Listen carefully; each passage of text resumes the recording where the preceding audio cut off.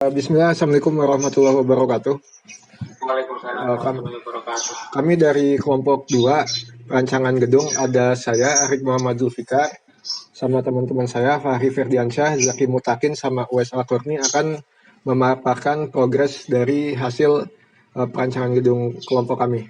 Yang pertama itu ada mengenai tulangan lentur kolom. Nah, pada pembuatan tulangan lentur kolom, pertama kita mengambil output dari SAP, dari hasil analisis struktur, output MUPU dari setiap kolom. Nah, kami mengambilnya itu dari lantai 1 sampai 3, 4 sampai 6, 7 sampai 8, dan lantai atap. Yang diambilnya adalah dari output yang load case-nya sama dan titik yang sama, di mana saat momennya itu yang paling besar. Nah, di ini berikut rekapitulasinya. M-nya bang, M3-nya. Ya, M3-nya yang terbesar. Terus untuk PU-nya nanti mengikuti di titik yang itu. Terus ini rekap. PU-nya ya yang terbesar. Oh iya bang. PU-nya kalau baru MU-nya. Oh. Ini dulu kita PU-nya. Oh iya bang. Ya. Wah. Iya. Kalau dia dengan MU itu baru lanjut. Terus ini kode rekapitulasi dari K1 sampai K8. Nah, kemudian setelah mendapatkan yang rekapan MUPU analisa struktur, kita akan mencoba membuat diagram MUPU yang dari kolom yang akan dirancang. Di sini contoh perhitungannya, misal yang K1 arah X, di sini ada dimensi dan data-data yang lainnya dari F-aksen C, FY, D pokok yang kita pilih, D sengkang, dan selimut beton. Kemudian pertama kita melakukan penentuan rasio tulangan. Ya, rasio tulangannya itu ditentukan dari 4 sisi, minimal 1 sampai 8% untuk 4 sisi. Jadi satu sisinya itu kita coba dari 0,3%, 0,4 dan bertahap gitu. Kalau di sini contohnya 0,3 sampai 0,8. Lalu dicari luasannya yaitu AS dengan mengalikan rasio dikalikan luasan kolomnya. Lalu didapatkan jumlah tulangan yang akan dipakai. Nah, dari jumlah tulangannya itu dicari luasnya berapa. Nah, kemudian setelah ditentukan rasio tulangan, kita akan mencari penampang kolom pada setiap kondisi. Ada kondisi balance, patah tarik, patah desak, desak sentris, aksial murni, dan lentur murni. Untuk di sini contohnya pada perhitungan kondisi balance, itu dicari pas rasio 0,3%. Kan diketahui tadi rasionya 0,3%, kemudian luasannya ada 1472 mm persegi. Nah, untuk kondisi balance ini, C-nya itu dicari dulu dengan rumus 600 kali D per 600 ditambah FY. Nah, setelah dicari rumusnya dikalikan dengan betanya. Jadi 0,85 dikali CB. Kemudian dilakukan perhitungan sampai mendapatkan MN dan PN. MN dan PN kemudian dicari faktor reduksinya dengan grafik seperti ini. Karena tadi didapatkan epsilon Y-nya itu 0,017 di sini. Jadi dia kurang dari 0,02, maka faktor reduksi yang digunakan adalah 0,65. Sehingga MU-nya berarti faktor reduksi dikali MN. Dan PU-nya juga faktor reduksi dikali PN. Nah, kita mendapatkan nilai MU sama PU, kemudian dicari untuk kondisi yang lainnya. Kalau tadi itu balance kan C-nya itu sama dengan 1, tapi kalau misalnya patah desak itu dia lebih dari 1 C-nya. Jadi di 1,1 dikali CB 1,2 kayak gitu. Terus yang patah tarik juga itu kurang dari 1. Dilakukan perhitungan dan didapatkan rekapitulasi MUPU-nya sebagai berikut. Ini untuk yang rasio tulangannya 0,3%. Terus kalau rasio tulangan yang lainnya dicari juga MUPU-nya. Nah, setelah didapatkan MUPU dari tiap rasio, itu kita buat diagram interaksinya. Nah, di sini yang garis-garis itu adalah diagram dari MUPU rasio 0,3% sampai 0,8%. Terus yang titik 1 ini dia adalah MUPU yang dari analisis struktur yang sudah didapat di SAP sebelumnya. Nah, kemudian tadi dari grafiknya kita ketahui kalau dari hasil SAP itu MUPU-nya kan dia paling mendekati dengan rasio kolom yang 0,3%. Berarti kita akan pakai rasio yang itu, di mana jumlah tulangannya adalah 3 buah, terus MUPU-nya itu kan tadi di 288. Nah, kalau misalnya MU kolom yang dipakainya berarti ini tinggal ditarik kayak gini. Kalau lebih detailnya itu pakai AutoCAD, cuman kurang lebih seperti ini gitu. Didapat hasilnya 397,983 kilonewton meter ini untuk MU pakai, terus PU pakainya sekian juga 6.300. Nah, kemudian dicari dengan kode kolom dan lantai yang lainnya, didapatkan rekapitulasi sebagai berikut. Ini adalah lantainya, dimensinya, terus ini jumlah tulangan arah X, arah Y, ini rasio tulangan total, terus ini MU dan PU-nya. Bentar. Ya Bang. Itu 36 apa 33? Ya, ini 36 Bang. 36. Ya. Oke. Jaraknya berapa antar tulangannya? Jarak. Itu dipasangnya gimana? Satu baris? Bisa? 6? Bisa Bang. Ini karena dimensinya 750. Oke. Jaraknya ada Bang nanti. Ya. Oke. Itu sudah benar ya? Ya, udah di secara penggambaran pas di AutoCAD udah masuk. Kemudian masuk ke pemeriksaan SCWB. JK belum ada ya? Oke. Jadi untuk strong column weak beam itu ketika kolomnya sudah dapat, kita harus ngecek terlebih dahulu di mana momen pada kolom itu harus lebih besar dari 6/5-nya momen balok yang menghapit atau yang deketannya kayak gitu. Nah, di sini kita klik. Nah, di sini misal contoh untuk pada kolom K1, di sini posisi balok yang merangkapnya itu baik arah X dan arah Y, kiri kanannya adalah balok induk 1 atau B1. Nah, kita lakukan perhitungan, kan diketahui untuk momen pada kolomnya itu ada kolom atas dan kolom bawah, momennya 789, terus momen pada balok kiri dan kanannya itu ada 426 dan 227. Nah, kemudian dicari sesuai rumus yang tadi, di mana jumlah MU kolom itu harus lebih besar dari 6/5-nya jumlah MU balok. Dan didapatkan pada penulangan yang K1 lantai 1, dia ini udah lebih besar dan memenuhi sesuai syarat SCWB.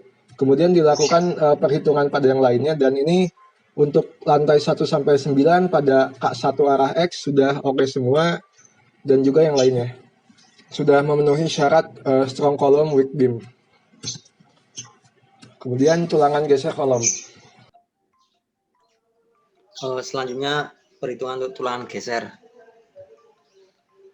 Yang pertama kita cari dulu datanya, yaitu B, H, kemudian panjang kolom di atas join dan panjang kolom di bawah join, kemudian H balok bagian atas arah X, atas bawah arah X, atas arah Y, kemudian bawah arah Y, kemudian dicari panjang bersih atau LNX sehingga ketemu seperti pada slide. Kemudian mencari DS dengan rumus PB ditambah diameter sengkang ditambah setengah dari diameter pokok, sehingga didapat nilai seperti berikut. Dan nyari D, yaitu dari H min DS arah X untuk DX, dan untuk D H min DS arah Y. Next. Selanjutnya pertama itu kita meninjau berdasarkan analisa struktur. Yang pertama itu kita akan mencari VU kolom terlebih dahulu. Untuk VU kolom itu pertama kita mencari VSW, yaitu rumusnya seperti berikut, sehingga didapat nilai 236 kilonewton atau 236.000 newton. Kemudian VUX SAP itu didapat dari analisis struktur menggunakan SAP, ditemukan 2,638. Selanjutnya VU pakai itu dicari yang maksimal antara VSW yang didapat dari rumus dan VUX dari analisis sub, kemudian mencari FC kolom. FC kolom.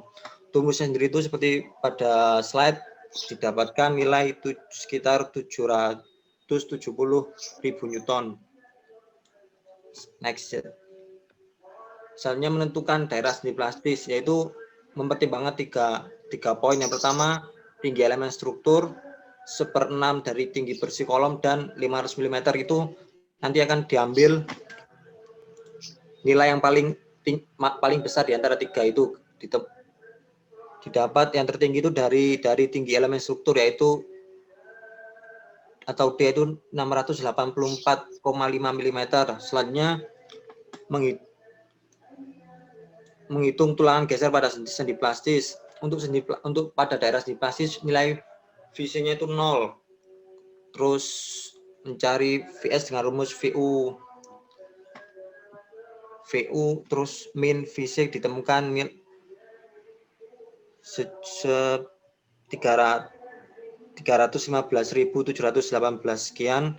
Kemudian mencoba trial menggunakan 3 kaki, sehingga didapatkan nilai HX-nya itu sebesar 328,5 mm. Kemudian syarat HX itu harus kurang dari 350, jadi masuk karena nilai HX kita 328. Selanjutnya menghitung S perlu didapatkan 254 mm, kemudian diambil nilai 200. Kemudian melakukan cek jarak spasi maksimum. Yang pertama itu dari 1/4 dimensi penampang kolom terkecil didapatkan nilai 187,5, kemudian 6 kali diameter tulangan yaitu 25, jadi ketemunya 100, kemudian dipakai 100 mm. Kemudian S max pakainya itu dicari yang terkecil di antara 3 poin tersebut, sehingga didapatkan S pakainya 100, sehingga tulang geser pakai yang digunakan pada sendi plastis yaitu 3D13 jarak 100 mm. Kemudian untuk tulang geser daerah luar sendi plastis, isinya itu didapat dari perhitungan sebelumnya, ditemukan. Kemudian dilakukan perhitungan VS seperti pada slide, sehingga didapatkan nilai minus. Bisa minus? Artinya apa? Kalau gimana? Berarti nggak butuh, aslinya sebenarnya itu nggak butuh tulangan geser, Mas. Sebenarnya nggak butuh tulangan geser. Kemudian tapi untuk mempermudah ya. Akan tetapi baca selanjutnya itu apa?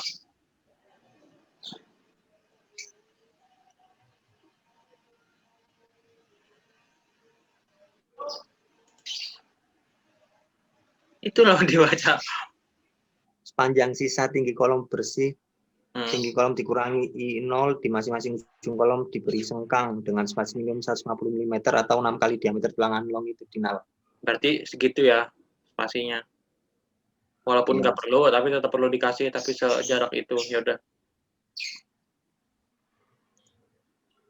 Jadi S pakainya 150, sehingga dipakai tulangan geser pakai 3D13 jarak 150 mm.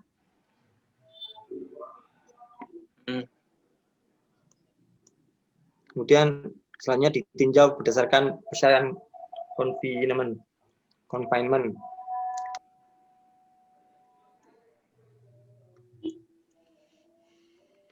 Pertama kita mencari ASH per S. Mencari HC dulu, sehingga didapatkan nilai 657 mm. Kemudian mencari ASH. ASH itu ada 2 rumus. Yang pertama, 2 rumus ASH. Kemudian nanti ASH yang dipakai itu ASH yang terbesar di antara yang didapat dari 2 rumus tersebut. Coba balik lagi ke slide sebelumnya. Sebelumnya lagi. Mutu materialnya mana? Kiri. Lagi. Ke kiri lagi. Terus.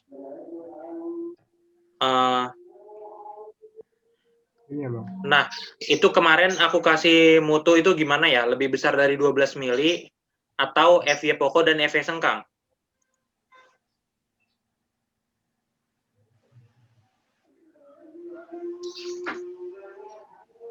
Dicek, bentar.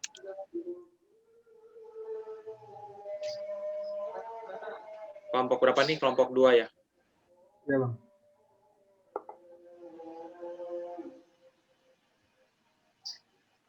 Oh ya udah, pakai itu aja berarti. Aku nggak ngasih berdasarkan diameter yang kemarin. Oke, lanjut.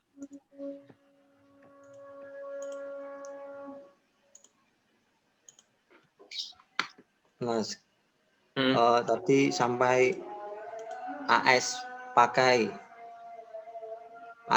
itu dicari yang terbesar di antara ASH pakai dari kedua rumus dan AS minimum. ACH itu apa sih? Gimana, Mas? ACH, AG itu. Oh, ada di situ deh. Nggak jadi. Ya, Bang. Udah ada jawaban dari situ. Ya, lanjut. Kemudian mencari AS pakai itu dicari yang maksimal di antara AS pakai syarat confinement dan AS pakai dari analisa struktur. Sehingga yang dipakai itu yang terbesar. Jadi yang dipakai yang dari confinement. Kemudian mencari jumlah kaki perlu didapatkan 3,7 sekian sehingga dipakai 4 kaki dengan jarak pasang 100 sehingga digunakan ulang geser 4D13 jarak 100 mm. Jadi kesimpulan nah hasilnya dilakukan perhitungan yang sama di arah X dan Y sehingga didapatkan hasil sebagai berikut.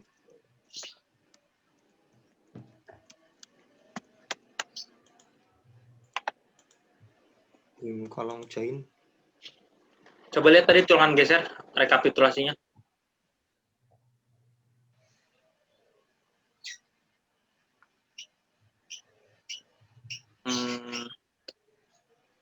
Oke.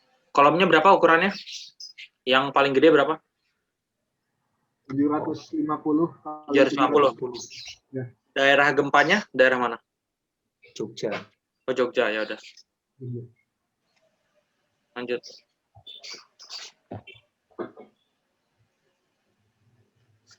Selanjutnya beam kolom join.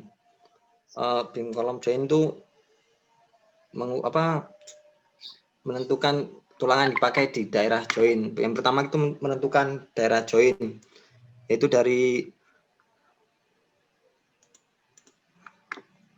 didapatkan luasan join itu dari perhitungan tersebut didapatkan luasan join itu atau join sebesar 562.500 mm persegi. Nah, kemudian melakukan cek apakah B balok lebih besar dari 3/4 B kolom. Nah, yang kita dapat itu B balok lebih kecil dari 3/4 B kolom sehingga ASH per S yang dipakai itu diambil sejumlah pada daerah sendi plastis yang di perhitungan tulangan geser sebelumnya. Kalau iya, sehingga dipakai 5. Gimana, Mas? Kalau misalkan B baloknya lebih besar dari 3/4 B kolom, kalau jawabannya iya gimana? Ini kan tidak. Setengah aja, Mas. Diambil setengah dari ASH per S. Nah, berarti didapatkan 5,01 mm persegi per milimeter. Kemudian S pakainya itu ditentukan dari sekitar 100 sampai 150. Kita memakai 100 mm.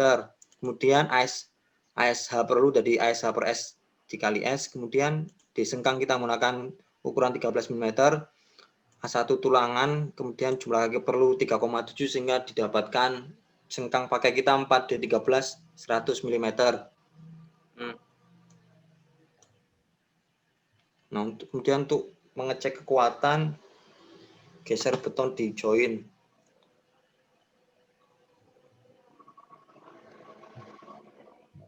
Dengan perhitungan tersebut, prinsipnya apa? Prinsip intinya kan di join tuh semisal AS B balok lebih kecil daripada 3/4 B kolom, itu tulangan dipakai itu sama dengan di luar join, Mas. Itu kan yang tadi, yang ini, yang kekuatan geser beton di join. Intinya dia tuh harus seperti apa gitu.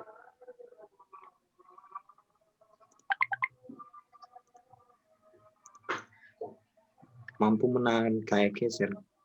Gaya geser yang ada di join. Nah, gaya geser di join itu terdiri dari apa aja?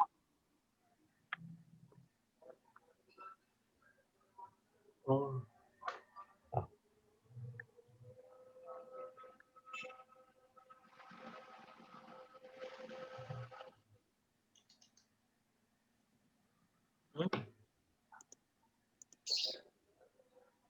Dari yang di kolom C sama T itu, Mas. Itu 1531 gimana ya dapatnya? V-call-nya dia 224, itu benar. Bener, Mas, 224.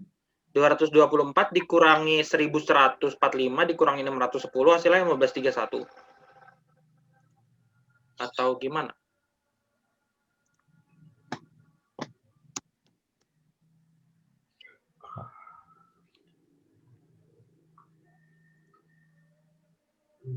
MPR balokmu berapa?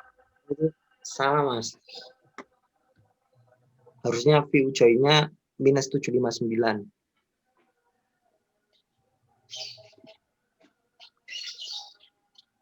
Sebentar. Ini bisa dapat 1531 gimana ya?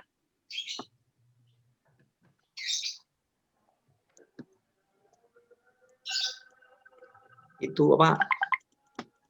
Harusnya kan di kolom dikurangi C kurangi T kan, Mas. Terus di Gimana? Coba jelasin.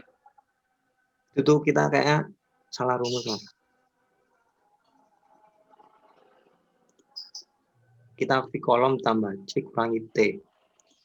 LB kiri dibagi LB aksen kiri. LB aksen itu bentang bersih bukan sih? Iya. Ini harusnya lebih dari 1 kan nilainya. 1, sekian dikali MPR. Ini udah sekitar 300. 300 tambah 600. 900.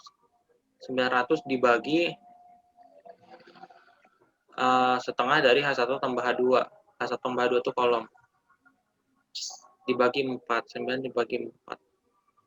Nah, ini coba. Apakah C-nya nyampe segini? Apakah si T-nya nyampe segini? Itu dicek. Terus untuk ini juga kayaknya ada yang kurang. Yang V-join kan dia kayak ada faktor kalau dia apa? Ada 4 balok yang terhubung. Terus dia faktornya berapa? 1,7 atau 1,25, ada yang 1 itu di berapa itu? Lanjut.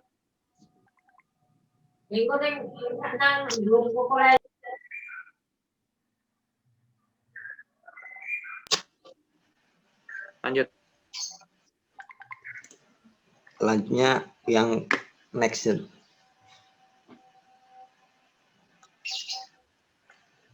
Cek kekuatan sengkang yang terpasang. Yang jadi dipakai 4 kaki. Jadi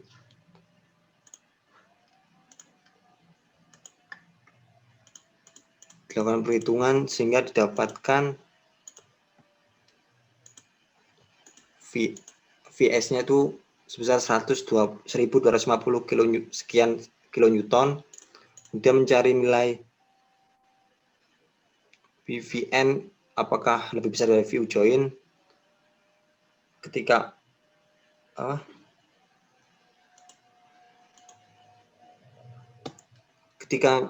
VVN lebih besar dari join maka oke, Mas. Tadi sudah mampu sengkang yang terpasang sudah memenuhi.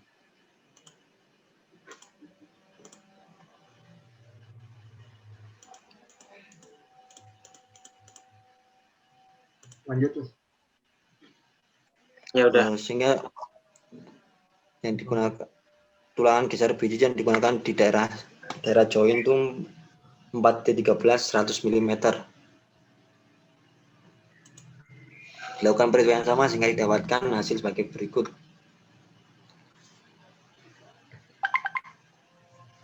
Nah, ini untuk gambar yang ada pada kolom kita, jadi tulangan pada daerah join dan tidak join itu sama. Sebentar.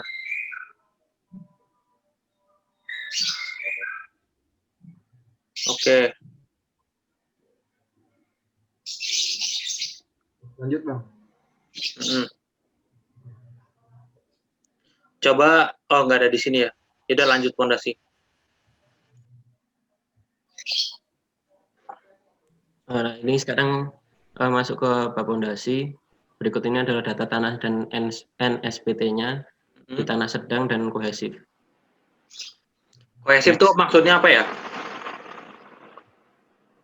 Kohesif itu silt dan clay, Bang. Silt and clay, oke. Kalau yang non kohesif? Itu pasir. Pasir. Nah, itu lebih baik mana kalau dalam menahan menahan friction itu kan kalau pondasi dalam kan dia andalannya friction antara tiang sama tanahnya. Lebih baik yang kohesif atau non kohesif?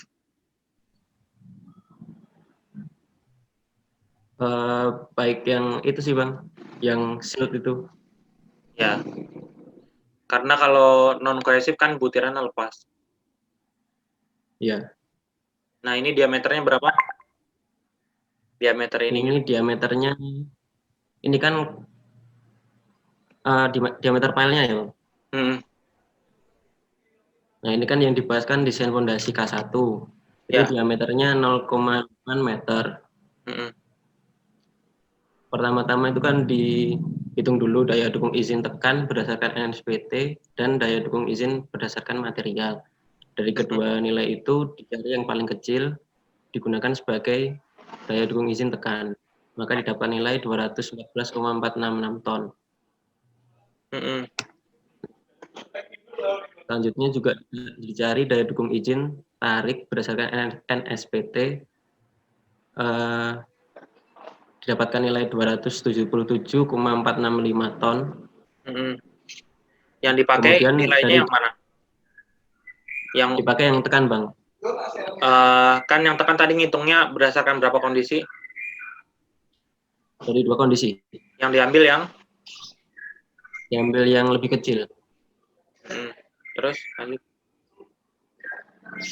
Nah, jadi kan juga yang daya dukung izin tarik itu ada satu kondisi aja, yaitu diambil yang 277,465 ton.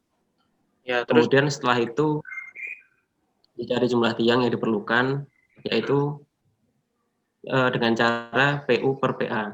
PU itu didapat dari desain lentur kolom, didapatkan 642,920 ton, dibagi dengan PA, maka didapatkan nilai 2,998, bisa dibulatkan ke 3, tetapi kan di trial ya. Tapi setelah di trial itu malah nggak masuk, makanya kita pakai 4 buah. Setelah itu konfigurasi file cap, nilai S itu didapatkan dari 3D, jadi 3 dikali 0,8, 2,4 meter.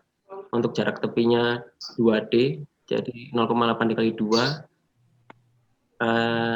Kemudian tadi kan dipakai jumlah tiangnya adalah 4, masing-masing 2 untuk arah X dan 2 untuk arah Y.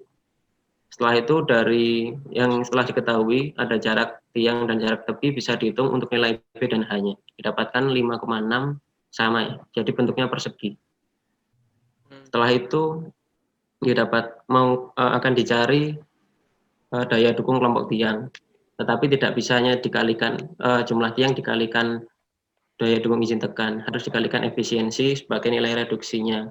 Rumusnya itu dan dihasilkan nilai 0,798 sebagai faktor reduksinya. Next. Apakah mungkin efisiensi kelompok tiang itu 1?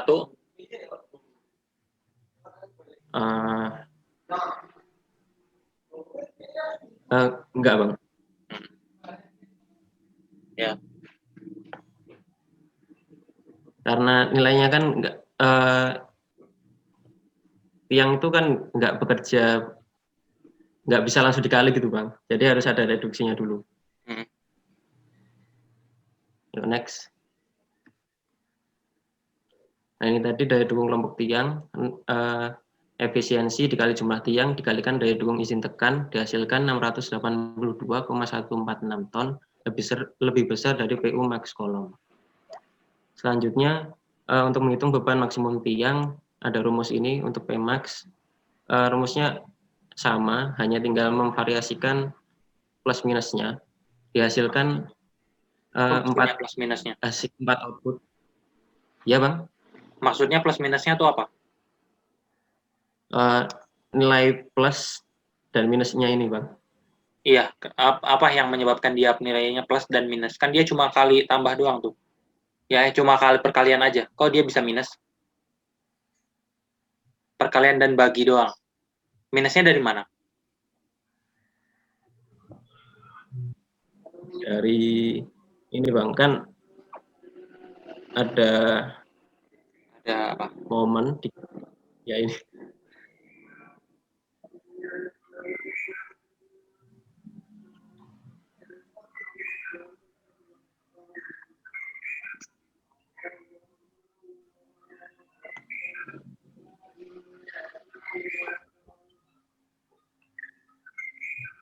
Dari apa? Kenapa dia ada plus, kenapa dia ada minus? Terus kenapa Pmax-nya cuma sampai 4? Kalau misalkan ngitung 2 aja gitu, Pmax 1, Pmax 2 boleh nggak? Kalau hitung 2 aja, sebaiknya dihitung 4-nya sih, Bang, biar tahu variasinya dan biar tahu mana yang lebih besar, mana yang paling besar dan mana yang paling kecil. Kalau misalkan tiangnya cuma 2, ngitungnya 4 apa berapa? Tergantung juga kan, mungkin kalau 2 kan bisa kan satu baris ya, Bang. Misal 2 itu satu baris saja. Nanti kan mungkin arah X atau arah Y-nya nggak ada. Berarti kita ngitung ini sebanyak apa nih kesimpulannya? Sebanyak tergantung jumlah tiangnya. Variasi plus minus nggak sih, Mas? Masih coba ada yang bisa jelasin nggak apa nih variasi plus minus ini? Kenapa ada yang minus minus? Plus plus plus minus minus plus minus minus itu, Mas. Makanya 4. Kenapa bisa ada plus, bisa ada minus? Oh, yang itu tarik tekan ya. Kayak ATB bukan, Bang? Yang kayak tarik tekan. ATB. Tarik sama tekan. Enggak, ini pure fondasi 2 kok, ada di fondasi 2. Kenapa ini plus minus? Ini kaitannya dengan nilai X max dan Y max-nya. Oh. X max itu titik beratnya bukan? Bukan. Jarak dari apa ke apa X max itu? Titik berat gabungan. Jarak dari titik fondasi tiang ke titik berat, titik bel cap. Ya itu, berhubungan dengan nilai itu minus plus itu. Ya, Bang. Berarti kalau yang plus itu yang di kanan atas kali ya, Bang? Ya. Oh, ya. Yang min mungkin di kiri bawah. Nah itu. Kanan yang plus min. Bawah, kanan bawah, terus yang min plusnya di kiri atas. Ya. Karena dia punya 4 fondasi. Ya gitu. Udah jawab ya. Lanjut. Selanjutnya ada penulangan file.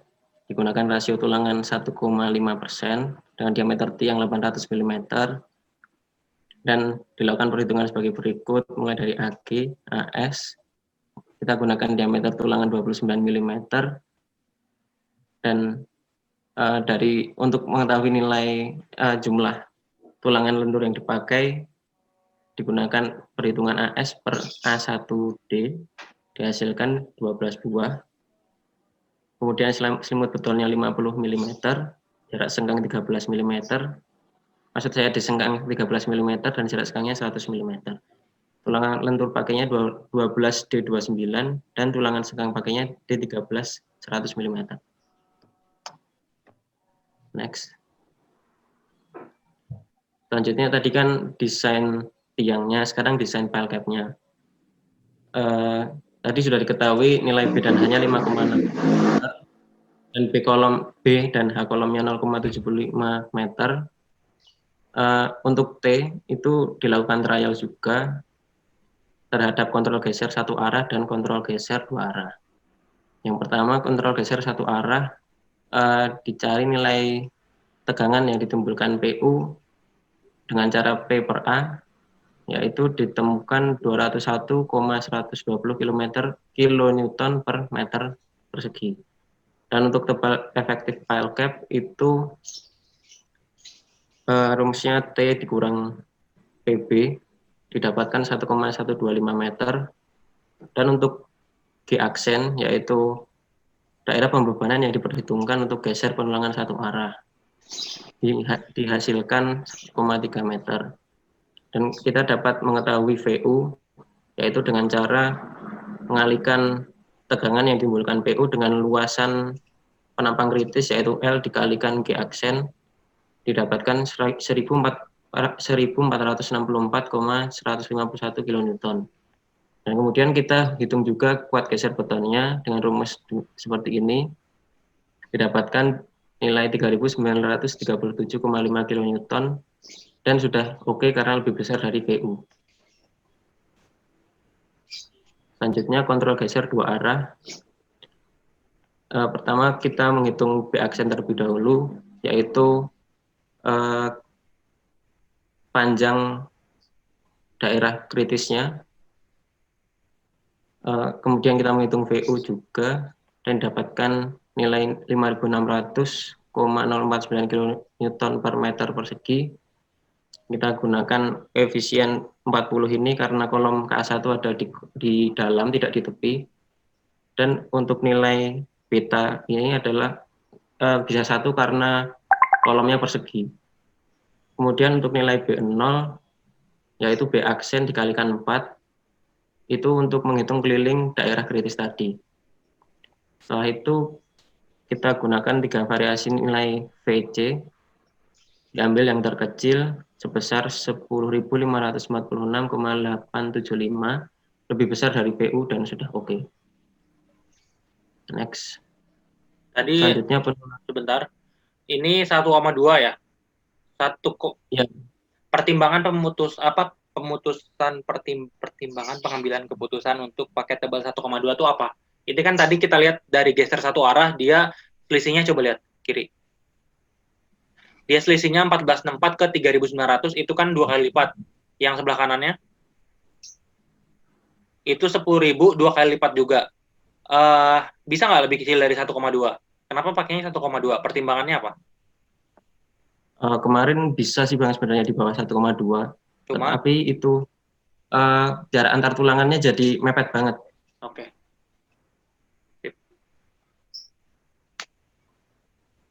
Selanjutnya penulangan pile cap arah X. Dihitung P1 tiang yaitu dengan PU max per jumlah tiang dapatkan nilai 1576,778 kN. Kemudian untuk nilai MU karena kolomnya persegi maka sigma PU dikalikan S per 2 didapatkan nilai 3.784. Dan dihitung lagi untuk mencari tulangannya didapatkan nilai tulangannya S pakainya 65 mm karena itu tadi Bang, kalau misal saya ubah T-nya dari 1,2 jadi 1,1 ini udah 50, sekitar 50 itu Bang. Ya. Jadi udah terlalu kecil. Oke. Next. Nah, untuk tulangan susut perhitungannya seperti ini, didapatkan D25 200 mm. Nah, next. Untuk sebentar. Aduh lupa. Sebentar. Lupa tadi. Coba balik ke sebelumnya. Nah itu tuh tar. Aduh lupa lagi tadi mau nanya apa ya? Bentar. Nah, kan udah ngitung tulangan lentur sama tulangan susut nih. Tulangan lentur tuh ditaruhnya di mana ya kalau di pile cap? Di bawah, Bang. Kalau tulangan susutnya, Yang susutnya di atas. kenapa ditaruh di bawah tulangan lenturnya? Kan kalau di file cap itu BMD-nya segitiga. Ya, yang ke arah bawah gitu. Yang di Ya. bawah itu momen positif. Iya. Berarti tulangannya di bawah ya. Oke. Ini oke. Nah, nanti ini dibuat ini ya, potongannya ya. Potongannya jadi bentar. Saya tak bikin anot ya. Jadi potongannya ada yang ke sini, ada yang ke sini juga nih. Ya. Sekarang karena ini sama, ya bebas aja nempatin tulangan yang di bagian luarnya yang mana, yang paling terdekat dengan tepi beton. Nah, kasusnya kalau yang ini, ya, yang ini kan bentang pendek sama ada yang panjang, ada yang pendek. Itu yang tulangan tulangan yang paling dekat dengan tepi luar beton itu ditaruh di searah bentang panjang apa searah bentang pendek? Gimana Bang, bisa tolong diulang? Ini kan kebetulan sama ya. Kalau ini kan sama nih, sama-sama. Misalkan 2x2 dimensinya. Kalau ini kan beda nih, bisa 4x2 atau 4x3 misal. Nah, di sini pertanyaannya tulangan lenturnya itu yang ditaruh di paling dekat dengan beton, berarti di paling luar ya, di paling bawah sini. Baru ini di atasnya tulangan ininya, tulangan yang ke arah sananya. Itu dipasang searah dengan bentang pendek atau searah dengan bentang panjang? Kalau yang lebih dekat dengan betonnya searah yang bentang pendek, Bang. Karena kalau panjang kan momennya lebih besar. Kalau pendek panjang momennya lebih besar, nggak kebalik. Coba di sini searah lihat bentang ya. panjang itu momennya lebih besar ya. Searah bentang pendek yang mana yang lebih besar momennya, bentang pendek atau bentang panjang?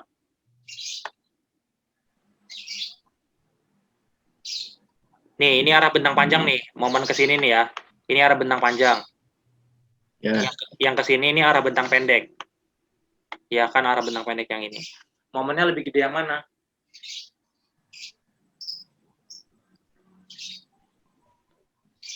Sama kayak plat juga dulu. Pas plat itu kan ada koefisien momen tuh. Kalau LY itu kan lebih besar dari LX. Tapi momen X lebih besar dari momen Y. Coba buka lagi yang bagian plat. Ini sama. Oh iya. Yang pendek kan ya Bang, lembutnya lebih besar. Karena ada titik 3 di sini. 1, 2, 3. Yang bikin dia ngeguling ke arah sana. Kalau yang dia bikin dia ngeguling ke arah sini cuma ada 1, ada 2. Bayang nggak? Jadi kan kalau gini, kalau yang ke arah sana itu cuma ada 1 di sini sama di sebelah sininya, ke arah sananya 2. Tapi kalau yang bikin guling ke arah sana, itu kan ada 1, 2, 3. Nanti sigma PU dikali S-nya itu sigma momennya akan lebih besar yang Bentang pendek ya. bentang pendek.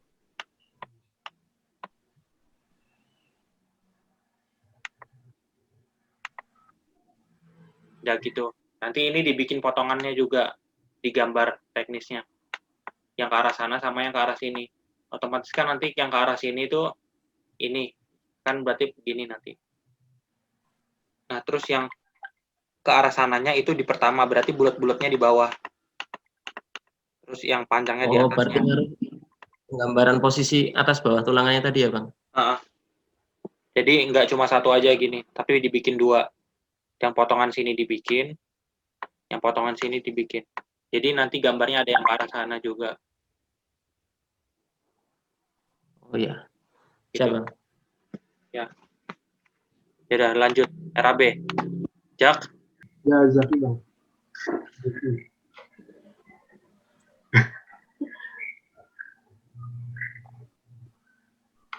Ya,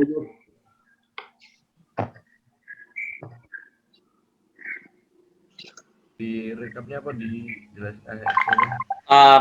Ini apa step-stepnya? Jadi yang pertama itu kalau RAB kita nyari dulu analisis harga satuan pekerjaan itu jadi harga satuan pekerjaan dalam konstruksi itu dijabarkan dalam kalian kebutuhan pada bangunan, upah dan peralatan dan harga bahan bangunan. Jadi per pekerjaan itu dibagi. Kemudian AHS itu dihitung tiap item pekerjaan itu struktur per lantai. Kalau untuk kelompok kita strukturnya itu dari, kalau semuanya balok itu balok B1L lantai 1 sampai 3, terus B1L 4 sampai 6, 7 sampai 8, dan kemudian atap.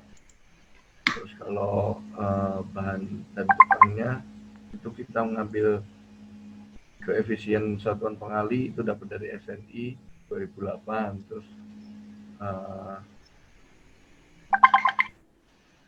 harga untuk beton dan casting itu dapat dari AHS itu tiap struktur per lantai tadi. Terus harga besi itu per meter kubik itu juga dianalisis dari AHS. Oke. Ininya hasilnya mana? Hasilnya ini Totalnya berapa? Totalnya 48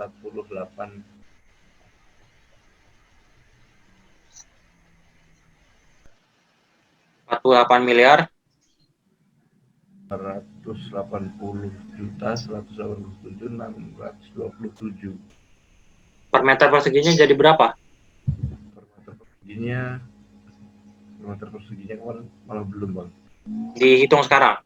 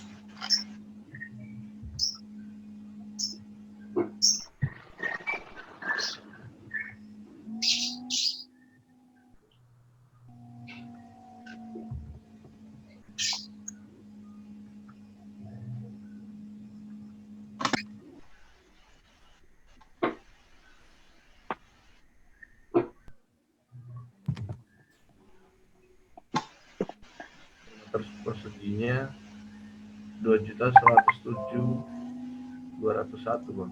Berapa lantai? Itu per meter perseginya itu masih berapa lantai, Bang? Iya, bangunannya berapa lantai?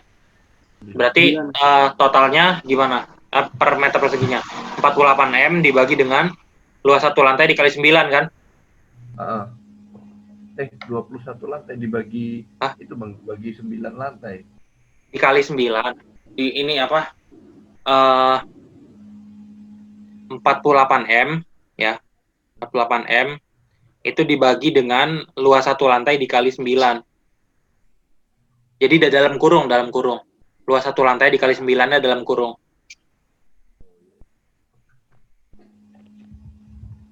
Dapat 2 juta tadi. Ya. 2, Kali kan dari total itu dibagi volumenya tadi, luas tanahnya itu terus dibagi 9 ya, Bang. Jadi 48 M dibagi dengan luas satu lantai dikali 9. Nah, gitu. Luas satu lantainya berapa, Jack? 2864.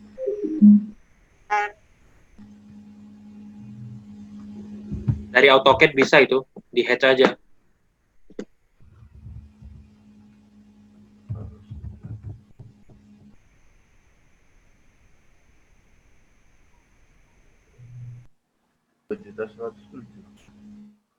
$2.100.000. Oke, masuk, masih bisa. Ya udah. Ya udah, ditutup aja.